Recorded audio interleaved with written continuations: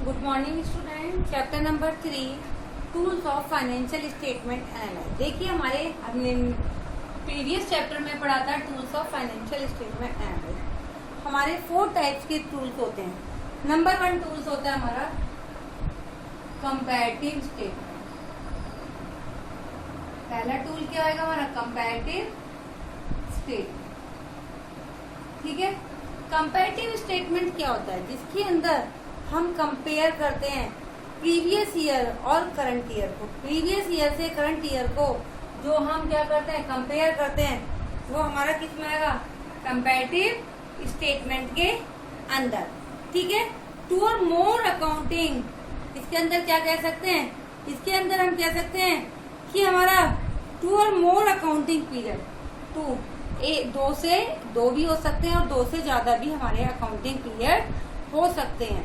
इसके साथ हम प्रिपेयर कर सकते हैं कंपैरेटिव स्टेटमेंट। कंपैरेटिव स्टेटमेंट के अंदर हमारी दो चीज आती है। एक आती है कंपैरेटिव प्रॉफिट एंड लॉस, दूसरा आता है कंपैरेटिव बैलेंस शीट। ठीक है, कंपैरेटिव प्रॉफिट एंड लॉस कैसे बनाते हैं, कंपैरेटिव बैलेंस शीट कैसे बनाते हैं। ठीक है, बैलेंस शीट आपको बनानी आती है, हमने प्रीवियस ईयर में देखी थी, प्रीवियस चैप्टर में। सिर्फ इसके अंदर क्या करना है, हमें कंपेयर करना है। 1 ईयर से सेकंड ईयर को कंपेयर करते हैं। देखिए कैसे। सबसे पहले इसका फॉर्मेट देखिए सभी बच्चे कि इसका फॉर्मेट क्या होता है हमारा। कंपैरेटिव स्टेटमेंट किसका? बैलेंस शीट का। ठीक है, मैं आपको बैलेंस शीट का बता रही हूँ।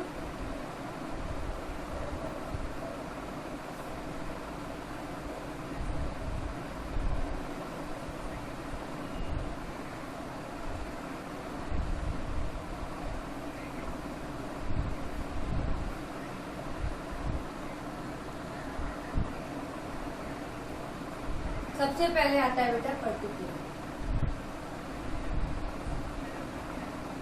पर्टिकुलर में जितनी भी हमारी लायबिलिटी और एसेट्स होती हैं उन्हीं सबको हम लिखते हैं। यहाँ पर आता है हमारा previous year,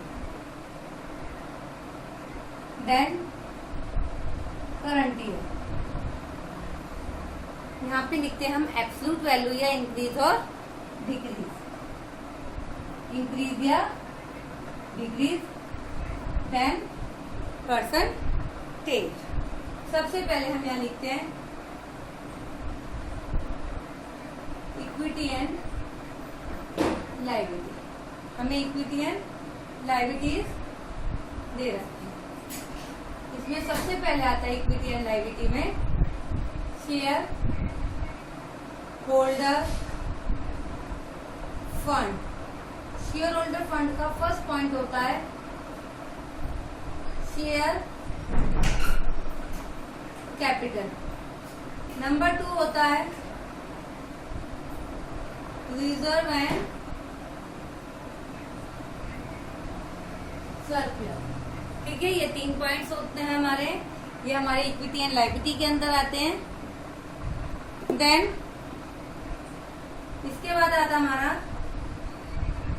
non current liability. Non current liability में जितनी भी हमारी लॉन्ग टर्म्स होती है, जैसे मैंने एक ले ली long term borrowing. Then next आता है करंट, जितनी भी हमारी करंट लायबिलिटीज होती हैं ये सब आपको गिवन होता है। सबसे पहले ट्रेड पेबल एंड देन तो अब हमें इसके अंदर इसे कंपैरेटिव स्टेटमेंट बनाना है। तो सबसे पहले इनकी क्या होती है, आपके पास वैल्यू होती है। हमारा शेयर कैपिटल है 10 लाख और करंट ईयर है हमारा 20 लाख। इसी तरीके से रिजर्व हमारा 5 लाख है, ये हमारा 4 लाख। लॉन्ग टर्म जो है हमारा 50,000 और देन 30,000। उसके बाद देन नेक्स्ट ट्रेड पेबल 15,000 है और 20,000। ठीक है, अब हमें इनका क्या निकालना है? अब हमें इनका इंक्रीज और डिक्रीज निकालना है। इसे कैसे निकालेंगे? हमने प्रीवियस ईयर को ए माना, करंट ईयर को बी माना, प्रीवियस ईयर को ए, करंट ईयर को बी, तो इंक्रीज और डिक्रीज वाले में सी निकालने का तरीका होता है बी माइनस ए। बी में से ए को माइनस करके देखिए 20 लाख में से 10 लाख गए, 10 लाख, 4 में से 5 गए तो माइनस का आएगा, और जो माइनस का आएगा उसे हम किस में लिखेंगे? ब्रैकेट के अंदर, क्योंकि जो ब्रैकेट होता है इसका मीनिंग माइनस होता है। 30 में से 50 गए 20,000, 20 में से 15 गए 5। राइट, इसी तरीके से हमारी एसिड्स की वैल्यू दी होंगी, हमें एसिड्स लेनी होंगी। अब हम निकालेंगे परसेंटेज। परसेंटेज को निकालने का फॉर्मूला होता है C/A इंटू 100। अब C कितना है? 10 लाख। A भी कितना है? 10 लाख। 10 लाख अपॉन 10 लाख इंटू 100 तो कितना आ जाएगा बेटा? 100%। आपको परसेंटेज नहीं लगानी क्योंकि वो हमारे यहाँ पर लगा चुके हैं। अब देखिए 1 लाख अपॉन 5 लाख इंटू 100 तो कितना आएगा? 20%। 20 लाख अपॉन 5 लाख कितना आएगा हमारा?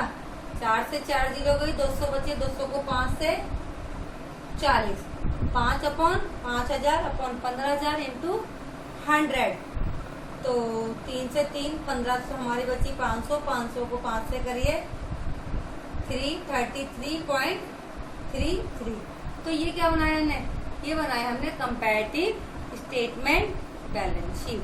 ये कंपैरेटिव स्टेटमेंट बैलेंस शीट कहलाएगी हमारी। ठीक है, तो ये कंपेयर करा, मीन्स हमने एक ईयर से दूसरे ईयर को कंपेयर करके लिख रहे हैं कि हमें कितना इंक्रीज हो रहा है या कितना डिक्रीज हो रहा है। हमने क्या करा?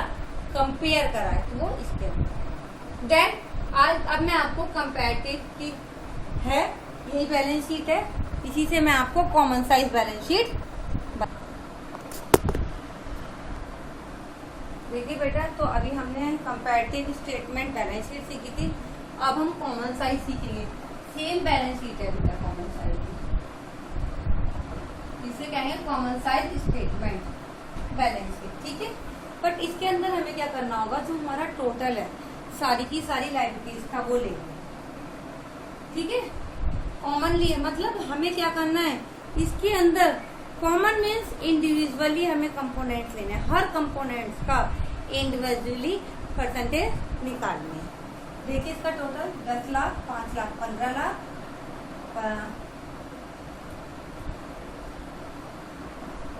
15,65,000। ठीक है, 24 लाख 50। अब इसमें क्या करेंगे? इसमें हम मैंने भी आपको बताया इंडिविजुअली निकालनी है, तो पहले प्रीवियस ईयर की इंडिविजुअल परसेंटेज निकालेंगे, फिर करंट ईयर की। तो लिखेंगे percentage previous year, percentage current year. ठीक है, अब देखिए सबसे पहले हमने निकाला प्रीवियस ईयर में शेयर कैपिटल, ये हमें 10 लाख दिया। इसे किस चीज से डिवाइड करें? आपको इसे टोटल से डिवाइड करना होगा। तो कैसे करेंगे? देखो बेटा 10 लाख अपॉन 15 लाख ये इंटू 100। राइट, करेंगे तो कितना आएगा? 1 2 1 2 1। अब इससे क्या कर दीजिए, आप इसे डिवाइड कर सकते हैं, चाहे तो इसे छोटी फॉर्म में कन्वर्ट कर लीजिए। जैसे 5 के टेल में काटिए 2 20,000। ठीक है, और नीचे कितना आएगा हमारा? 313। अब तो नहीं कर सकता, अब इसे 313 के टेबल में डिवाइड कर दे तो कितना आएगा? 5 पर जाएगा। सबसे पहले 5 पर 15 आ जाएगा, हमारा कितना बचेगा? फिर से हमारे पास 5 बचेगा, तो 5 बचा तो 5 देखें, हाँ 5 बचेगा मीन्स 1 पे 51%। इसी तरीके से हम इसका निकालेंगे नेक्स्ट वाले का। और इस वाले में करंट ईयर में क्या रखेंगे आप, जो हमारा करंट ईयर दिया है उसके अंदर आप किसको रखेंगे, करंट ईयर में हम करंट ईयर वाले टोटल को लेंगे। कैसे, 24 lakh upon 20 lakh into 100, 4 lakh upon 24 lakh into 100। तो ये सारी की सारी परसेंटेज क्या कर लेंगे हम, अपनी कैलकुलेट कर लेंगे। ये क्या बना, ये बनेगा common size profit balance sheet. मैं आपको निकाल के दिखाती हूँ कैसे निकालते हैं, ठीक है। तो ये सारी हमने क्या करी, कैलकुलेट कर ली कि हमारी इतनी परसेंटेज आई है।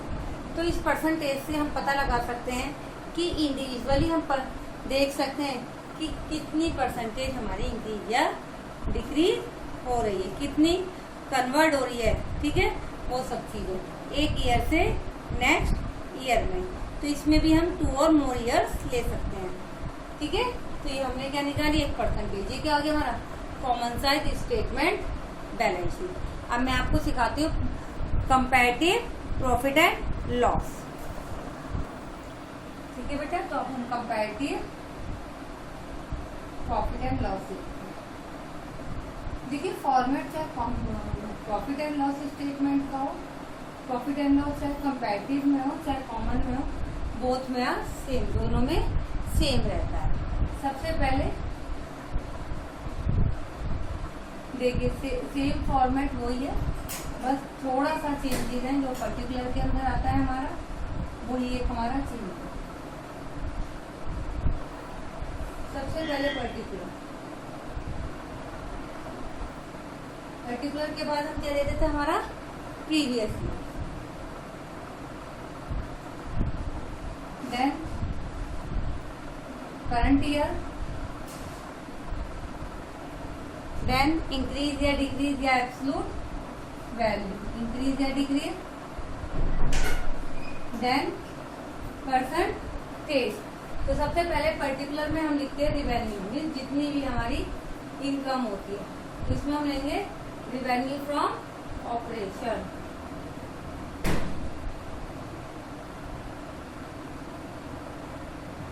अब इसके अंदर एक चीज और आ सकती है, क्या हमारी अदर इनकम। अगर आपको अदर इनकम भी दे रखी है तो भी वो आप आरएफओ में ऐड करेंगे। आरएफओ का दूसरा नाम होता है net cell.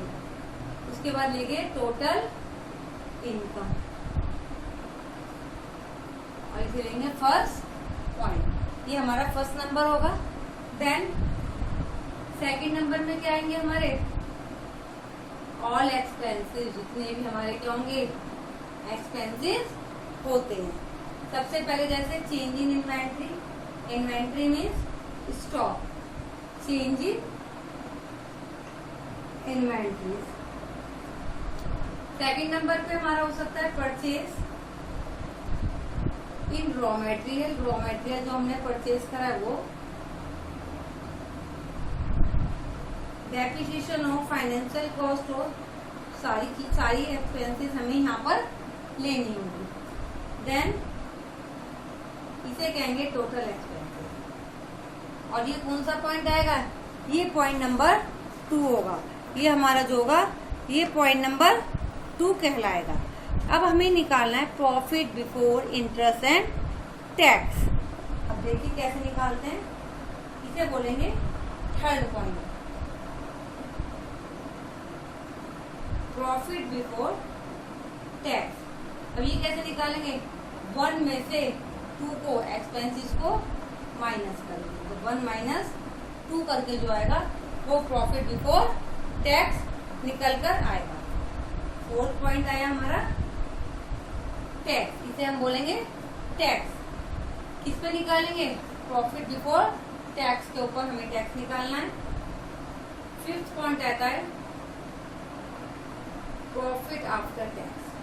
Profit after tax कैसे निकालेंगे, 3 में से 4 को माइनस करके, 3 में से 4 को जब हम माइनस करते हैं जो निकल के आता है वो आता है प्रॉफिट आफ्टर टैक्स, वो हमारा प्रॉफिट आफ्टर टैक्स होगा। ठीक है, तो इस तरीके से हम इसे निकालेंगे। देन उसके बाद same procedure, previous year, current year, increase और डिक्रीज एंड देन परसेंटेज। अब जैसे आपको उसने रिवेन्यू में दे रखा है 4 लाख, ये दे रखा है 3, तो माइनस करके कितना आ जाएगा इंक्रीज और डिक्रीज में 1 लाख, और 1 लाख में किसका आएगा माइनस का। ठीक है, परसेंटेज वही C/A इंटू 100 करके कितनी परसेंटेज आ गई 25%। इसी तरीके से उसने हमें क्या दे रखा है अदर इनकम 80,000 और 40,000, माइनस करा तो कितना आ गया हमारा 40,000, ये आ गया हमारा 20%। राइट, नहीं 40,000 अपॉन 80,000 50%। ठीक है, तो हम इसी तरीके से अपनी सारी चीजों को कन्वर्ट करेंगे, निकालेंगे। उसके बाद इनका टोटल कर दिया हमने, कितना टोटल आ गया 4,80,000, 3,40,000। इसमें से भी इसे क्या करना होगा, हमें माइनस करना होगा, वो निकलेगा 1,40,000, परसेंटेज आएगी 29.17%। अब इसके बाद सारी चेंज इन इन्वेंट्रीज और यही सब चीजें आपको लेनी होंगी। सेम यही प्रोसीजर आपको अपनाना होगा किसके अंदर, comparative profit and loss statement के अंदर। ठीक है, इसके तो ये हमारा प्रॉफिट एंड लॉस बना। मेन चीज क्या थी हमारी, ये सारी की सारी पर्टिकुलर के अंदर जो हमारा आ रहा है। अब इसी से हम बनाएंगे common size profit and loss statement. अब देखिए प्रॉफिट एंड लॉस कैसे बनाएंगे हम। Then next common size profit and loss statement. Common size profit and loss statement के अंदर हमारी प्रीवियस और करंट सब सेम रहती है, बट यहाँ इंक्रीज और डिक्रीज नहीं आता। यहाँ पर क्या आता है percentage previous year, 10% current year, means दोनों ईयर का हमें परसेंटेज लेना होता है, चाहे वो प्रीवियस ईयर का है चाहे वो करंट ईयर का है। सेम, और जितना भी प्रोसीजर है वो होता सेम, सारा क्या होता है हमारा सेम प्रोसीजर होता है। बट इसके अंदर जो हम परसेंटेज निकालते हैं, अब परसेंटेज निकालने के लिए हमें एक बेस ईयर भी चाहता है कि हमारा बेस ईयर क्या है। तो इसके अंदर बेस ईयर क्या आएगा हमारा RFO, जो हमारा RFO होगा वो हमारा बेस ईयर कहलाएगा। ठीक है, अब कैसे देखिए 7.5 लाख अपॉन 7.5 लाख इंटू 100। तो हमेशा ध्यान रखिए RFO का जो दोनों परसेंटेज होती हैं वो कितनी आती हैं 100%, क्योंकि प्रीवियस ईयर वाला RFO लेना है, करंट ईयर में करंट ईयर वाला RFO हमें लेना है। तो जब हम RFO हमारा सेम है ऊपर नीचे, तो परसेंटेज क्या बचती है हमारी 100। जैसे 7.5 लाख अपॉन 7.5 लाख इंटू 100, 7.5 से 7.5 कर दिया, 1 से मल्टीप्लाई करिए 100, ऐसे 10 लाख अपॉन 10 लाख इंटू 100, तो वो भी कितना आ गया हमारा 10%। देन उसके बाद है हमारा 75,000। अब इसे कैसे कह देंगे 75